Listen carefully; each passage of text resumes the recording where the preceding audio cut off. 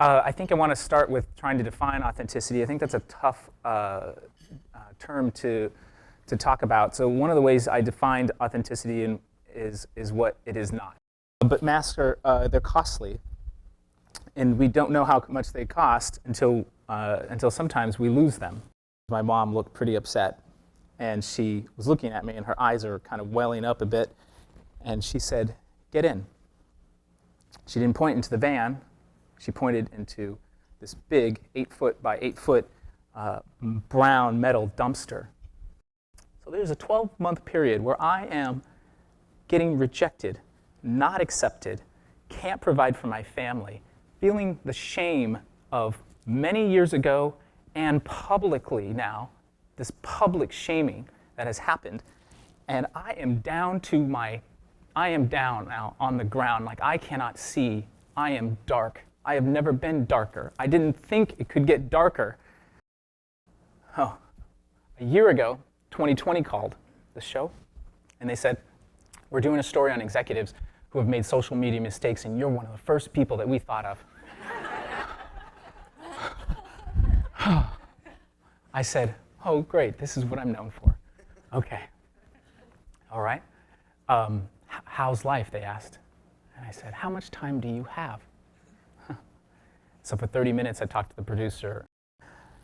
They played that show last year, and when that show aired, of course, I'm going through this quickly.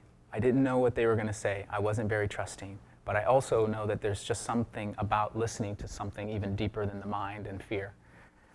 And I trusted it, and they played it, and organizations came out of everywhere, in Paris, in Australia, and California, and Texas, offering me jobs, going, "How could this possibly happen? I'm so sorry.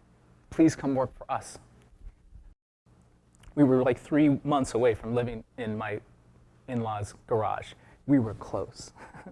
And yet there was this stillness, this peace where it's okay. Everything's going to be okay. I still believe that. I mean, I didn't want to move out of Portland, but it was just, it's going to be fine. So it's been a year now, and I'm feeding my family now. But I'm feeding them more than food. I'm feeding them love. I'm feeding them freedom. I'm feeding them peace and safety. Life is this amazing teacher, isn't it?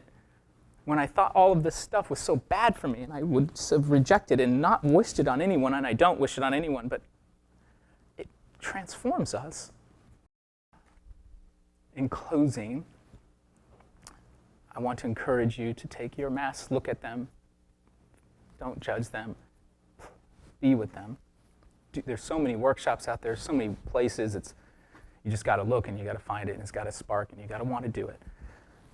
Hopefully you don't have to lose everything to get there, but sometimes that's what it takes.